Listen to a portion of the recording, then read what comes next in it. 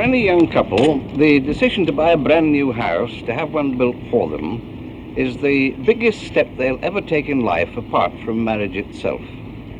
The bulk of their savings will go into it. Much of the happiness of the first years of their married life will also depend on it. Yet most of them know next to nothing about house building.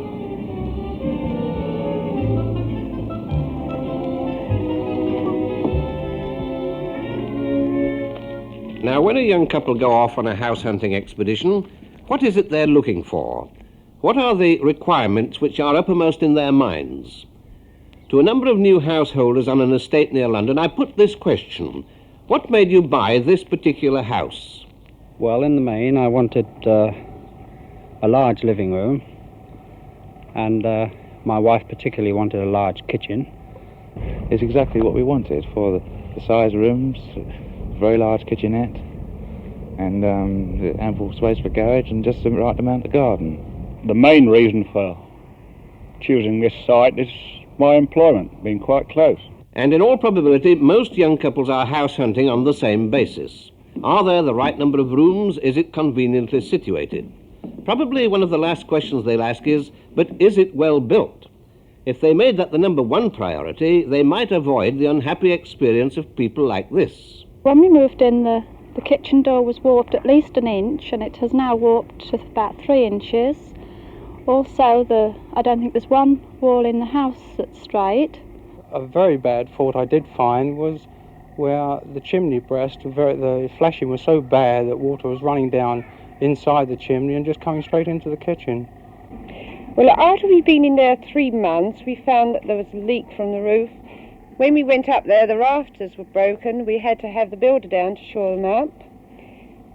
Following that, we had a dreadful amount of fungus on the bathroom walls, which I had to wash off every 3 weeks, and we're still having trouble with it. We still haven't found the cause of it.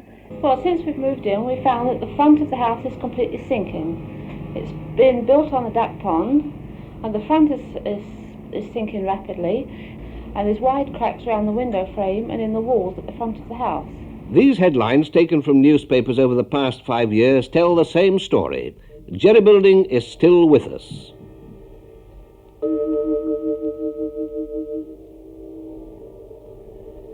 Is there anybody, any authority to safeguard the interests of the buyer?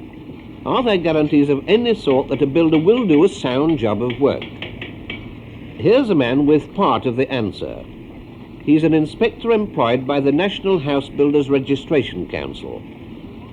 This body issues certificates that houses have been built to certain specified standards.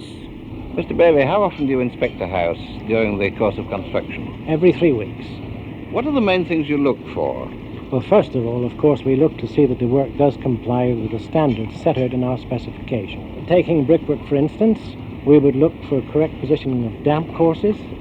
The work is properly constructed, and where cavities are concerned, of course, these must be free of mortar and any droppings of any sort, otherwise we should get moisture penetrating to the inside of the wall.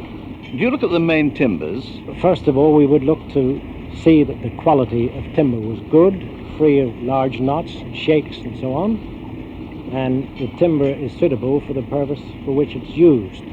If you come across some examples of really poor workmanship, what do you do about it? Well, that would, of course, be immediately reported to the builder for correction. And what happens then? Well, we would follow up at our next inspection to see that our recommendations are being carried out. And if he still hasn't done anything about it? Well, of course, if the builder persisted in not following our instructions there, the work wouldn't be passed. He wouldn't have the certificate, in Quite other so. words. Well, thanks very much, Mr. Bailey. Thank you. Well, so much for the inspection side of the scheme. Now, this certificate, who does it cover? The builder or the buyer? The man to answer that question is Mr. Norman Walls, Director of the National Housebuilders Registration Council. Mr. Walls, what does this certificate indicate? Is it a guarantee? It is a statement of fact. It's a statement that the Registration Council's inspectors have inspected the houses at all stages of construction, that our standards have been met so far as we can reasonably see during these inspections, and that is given by us to the builder, who passes it to the purchaser. At the same time, the builder passes to the purchaser a guarantee to make good any defects that may appear within a period of 2 years that are due to non-compliance with our standards. Was this scheme started because some of you thought there was too much poor building going on? Oh yes, in the 30s there was definitely a lot of jerry building, not perhaps a big percentage, but quite a lot. And the better builders realized that they had to do something, not only to assure the purchaser that they were building well, but to give the purchaser an independent assurance. What are the conditions of registration? Well, he must be a good builder. He must satisfy the Registration Council that he is a good builder capable of building up to the standards we require. Recommendation by another registered house builder would certainly count. But whenever a man is first accepted by us, he is accepted as a probationer. His work is inspected, and it is on the basis of our inspectors' reports that that man is promoted to fully registered status. How many builders are registered? Just over 1,000. 1,000 out of how many builders in the country? Roughly 3,000, I would think. Today there were 4,000 before the war. How many inspectors do you have? 34 plus 7 other technical staff. So you've still a very long way to go. Oh, indeed, a long way. We're only doing 20 to 25% of our potential at the present time, but that number is always increasing, particularly as people become better informed and insist on having our certificates. Of the 2,000 builders not at present registered, many are very good firms who always build to a decent standard at the present time. But the number contains a lot who would have to mend their ways quite a lot before we could register them. On the whole, I would say that anyone with the service available who buys an unregistered, uncertified house is a fool. With the first cold blasts of winter, the occupants of many new houses find that a guarantee of construction isn't necessarily a guarantee of comfort. There are piercing drafts from ill-fitting doors. Weather stripping and draft excluders have got to be fixed to seal the unwanted gaps.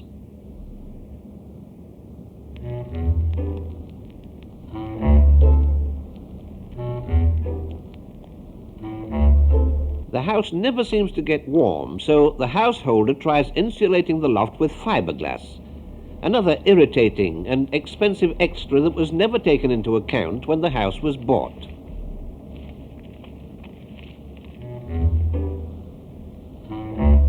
There's trouble with the plumbing, especially in icy weather, which freezes the water tank up in the loft.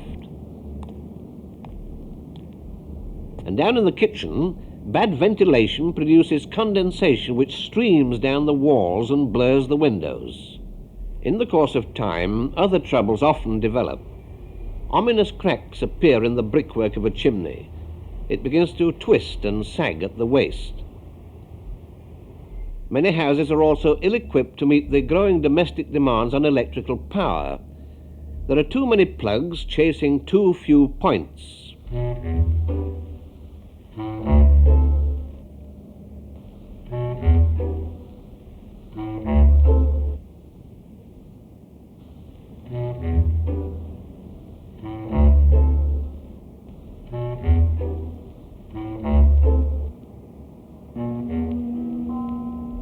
With a ring main and a generous supply of points, this final irritation would have been avoided. But how many houses are fitted with ring mains?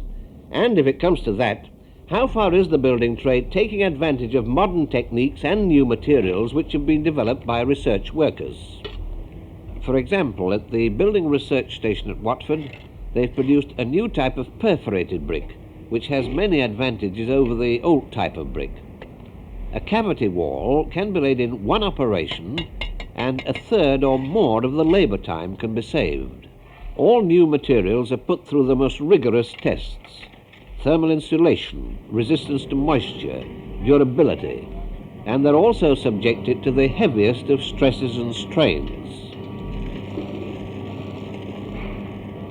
I followed up this question of modern techniques when I visited a new estate in Berkshire. But first of all, I wanted to find out about those expensive extras so many householders have got to provide before they can make their homes comfortable.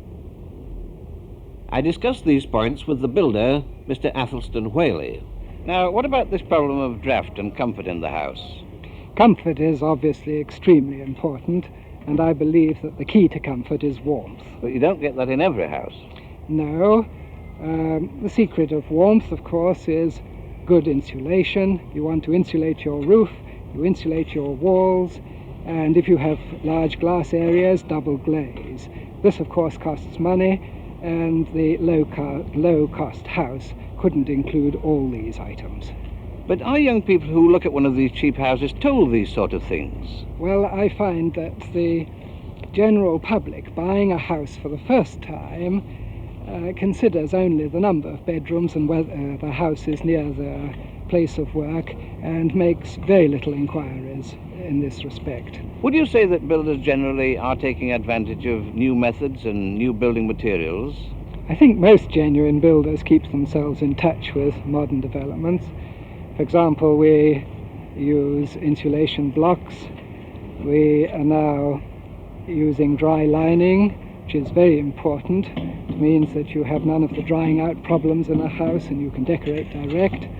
We use plastics with regard to plastic gutters and plastic rainwater goods, and plastic surfaces and so on. Mr. Whaley, you've referred specifically to genuine builders. What other types of builders are there?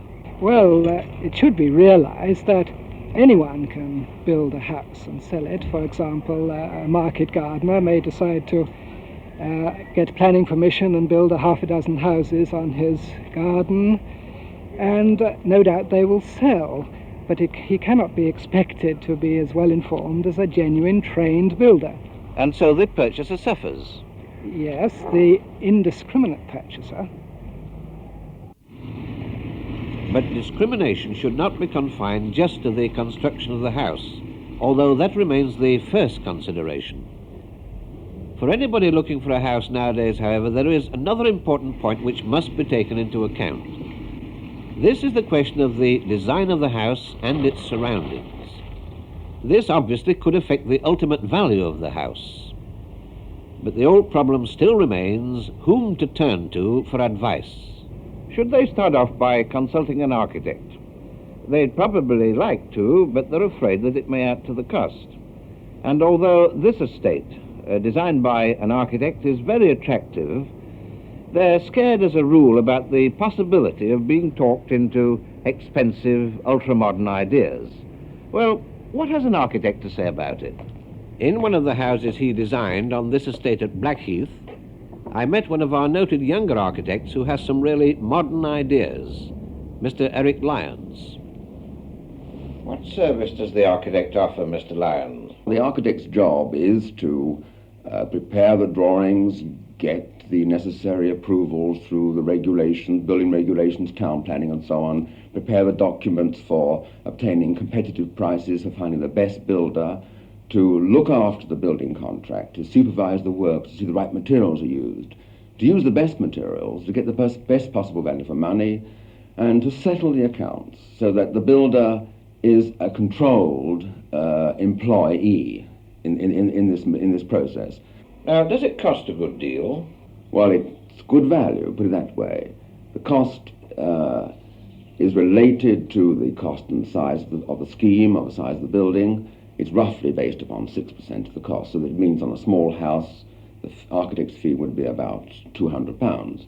Now, does the service include a guarantee to the client who consults the architect that the house is going to be well constructed? Yeah, well, it gives the best possible guarantee.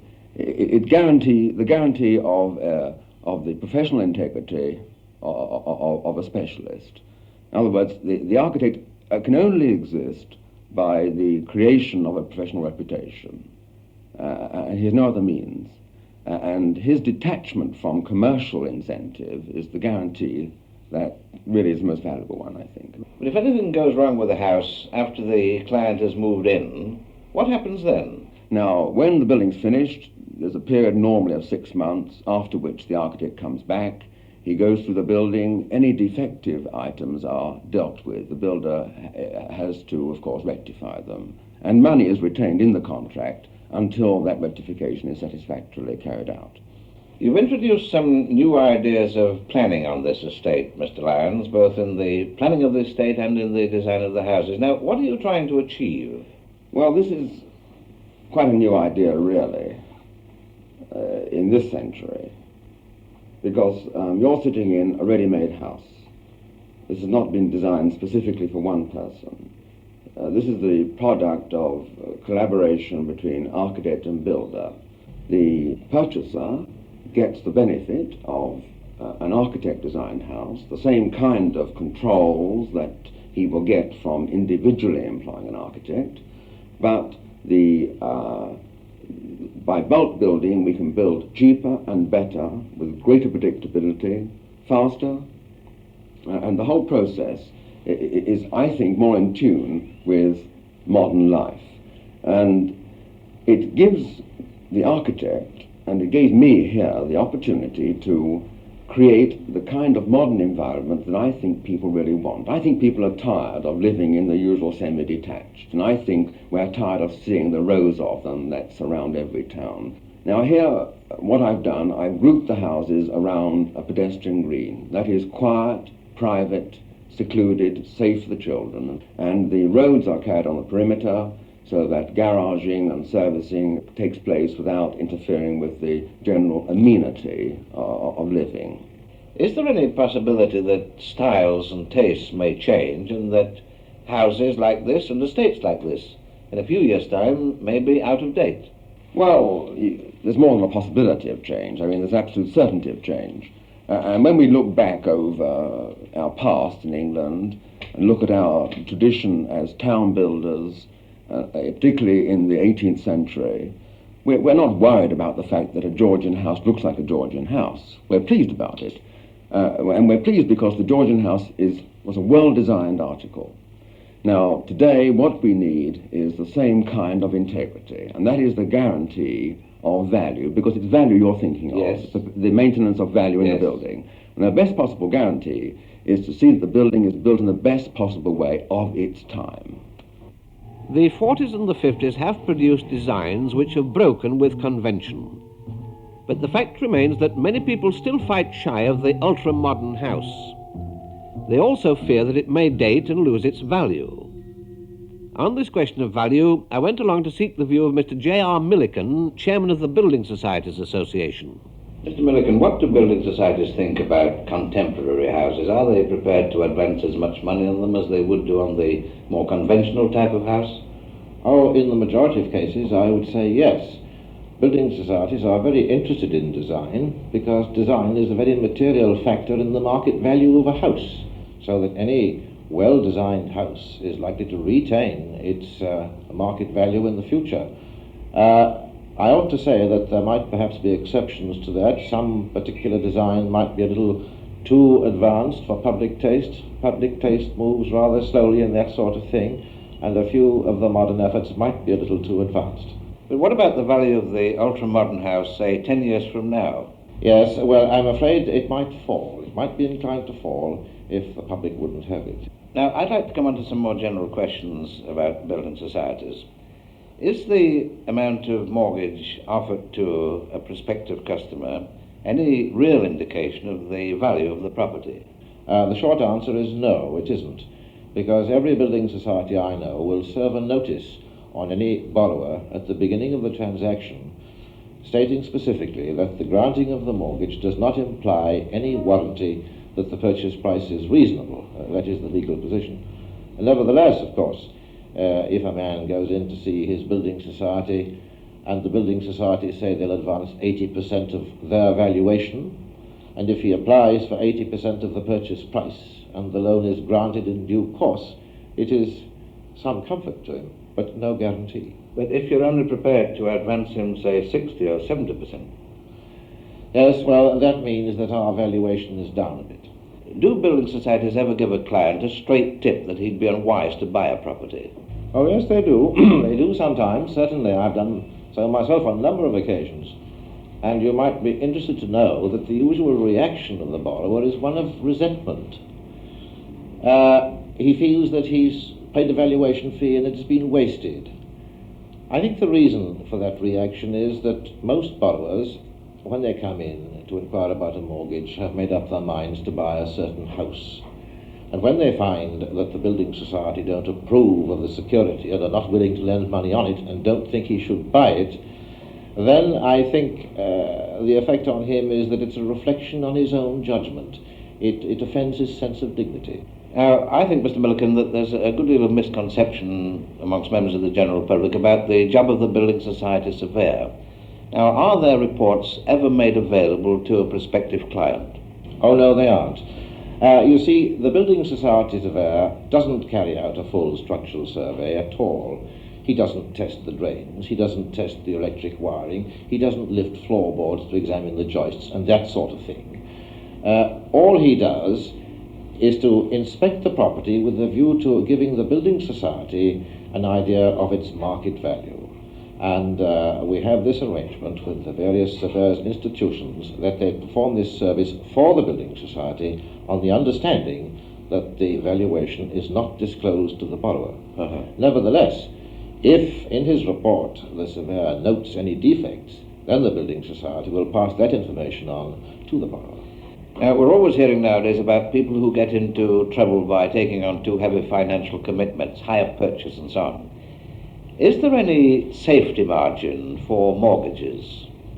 There's a very easy guide there. The guide is that, in our view, no borrower can afford to fund the payments on a mortgage of more than 3 times his annual salary. So that a £1,000-a-year man, for example, couldn't afford, in our opinion, to borrow more than £3,000. That's a very rough and ready guide.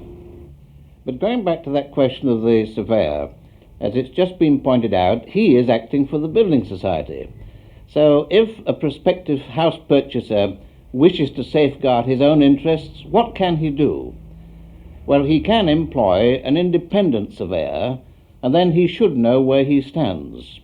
Now, as a chartered surveyor, how far would you carry a survey? We would do a thorough survey, which would embrace all those things which we've just heard the building society's surveyor does not in fact do. That is to say, we would go into the roof, have a look at all the roof timbers, see how it's constructed and framed, take up floorboards, test drains, and above all, look for defects in design which would be likely in the long run to lead to trouble of a major kind.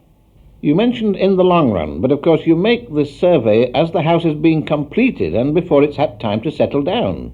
That's perfectly true. At the moment when the house has just been completed is in some ways an unfortunate moment at which to make a survey, because the trouble hasn't very often yet come to light. On the other hand, one can get a pretty shrewd idea, from the general standard of workmanship and finish as to whether the things that you can't see, like the foundations, are competently carried out or not. And you warn your client accordingly, and he saves his money. But naturally. Does an independent survey in any sense carry a guarantee with it? Not in any legal sense. I think your guarantee lies in the competence and integrity of the man you employ. How much does a survey cost? Well, there is no set scale for this sort of thing, and most people relate it to what they regard as being the responsibility involved. If you want me to stick my neck out and make a suggestion as to what it's likely to cost, I should think somewhere between 15 guineas and 30 guineas, according to the part of the world and who you go to. Now, housing standards have improved immeasurably since estates like this were built between the wars with unattractive and often poorly built houses. These boxes probably conformed to routine health regulations in the 20s and 30s. But have we progressed since those days? I put that question to Dr. Greenwood Wilson, Medical Officer of Health for the City of London. I think we have progressed a great deal since those days. For one thing, we've had a number of committees sitting right through the war, bringing out reports about the better housing for the future. From that, you've got an informed public opinion which has demanded higher standards, and to some extent these have been enshrined in an Act of Parliament in 1954. But are builders keeping to these standards? Well, I think a good many of them are, but I'm afraid that some are not. I'm afraid that some are too careless, or allow their men to be too careless in the way they construct them, shoddy building materials and shoddy building methods. What about the physical effects of shoddy building? Well, shoddy building usually means an ill-lit, damp, stuffy house. Now, lack of light encourages the growth of germs, and a damp, stuffy house stops your skin breathing properly, so you don't feel well. You're less able to fight the infections from the germs, and also through not feeling well, you just are not efficient. Are there any bad psychological effects? There is a bad psychological effect. You're not feeling well, you're not efficient, and then your house is so badly constructed and designed that you're having to do unnecessary work under frustrating conditions. Designed for living. Now, have we been too busy since the war thinking of housing purely in terms of building programs, housing units, a floor, 4 walls and a roof, rather than as homes with families living in them? The pace of daily life becomes swifter and more exhausting, more harassing. For the individual, there is no escape from the crowd.